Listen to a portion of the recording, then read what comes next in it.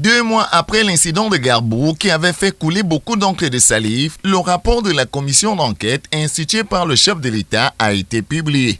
Pour les acteurs de la société civile, les conclusions du rapport d'enquête sont comme un happy end pour notre pays.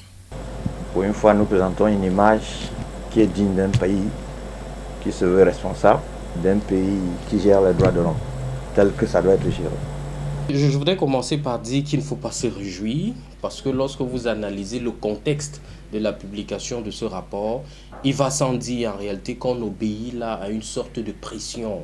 Une pression aussi bien au niveau national qu'international, des acteurs notamment de la société civile, des ONG, des politiques. Vous vous rappelez qu'il y a des partis politiques qui ont appelé à ce que la lumière soit faite sur cette affaire, et même des chancelleries. Plusieurs fois, l'étude de Tibor Nagui, le monsieur Afrique du département d'État, ou encore de l'ambassadeur de France au Cameroun, qui demandait effectivement qu'il faut absolument que la lumière soit faite parce que les faits qui avaient été présentés par les ONG qui ont premièrement investigué étaient tellement visibles et palpables qu'il fallait absolument une enquête comme celle-là. Après moult tractations et discussions entre les acteurs de la société civile et le gouvernement au moment de l'incident de Garbour, les grandes lignes et conclusions semblent donner le président Paul Biya grand vainqueur du rapport.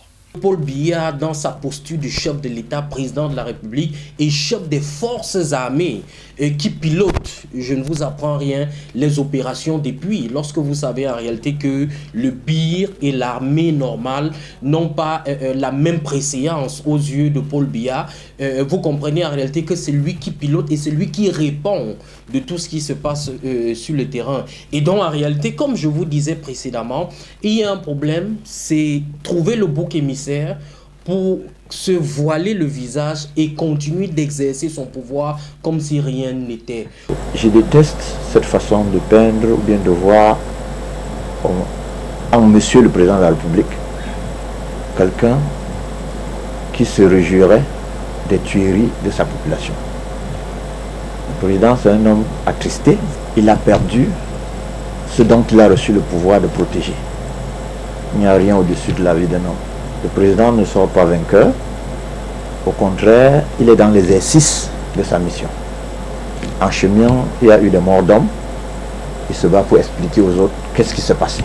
Parmi les conclusions du rapport d'enquête sur l'incident de Garbour, l'aspect indemnisation des victimes doit être suivi selon les acteurs de la sphère sociopolitique. Il faudrait peut-être préciser que parmi tous les points qui ont été énoncés dans ce communiqué, il y a un point central qu'il faut peut-être questionner et suivre de très près, celui concernant notamment des familles que l'État devrait indemniser dans le cadre de cette...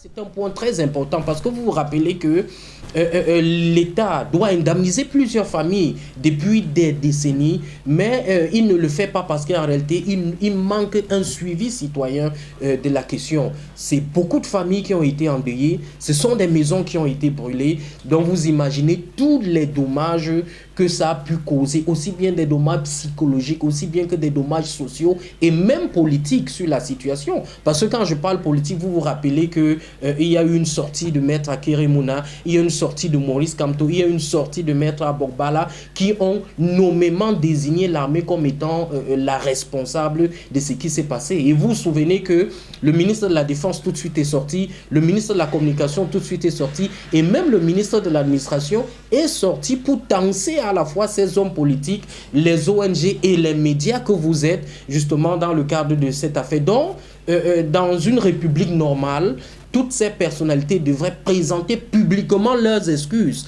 Ce d'autant plus que malheureusement pour eux, dans les derniers paragraphes de ce communiqué, si vous relisez bien, le chef de l'État fait une fleur aux ONG qui travaillent dans la protection des droits de l'homme.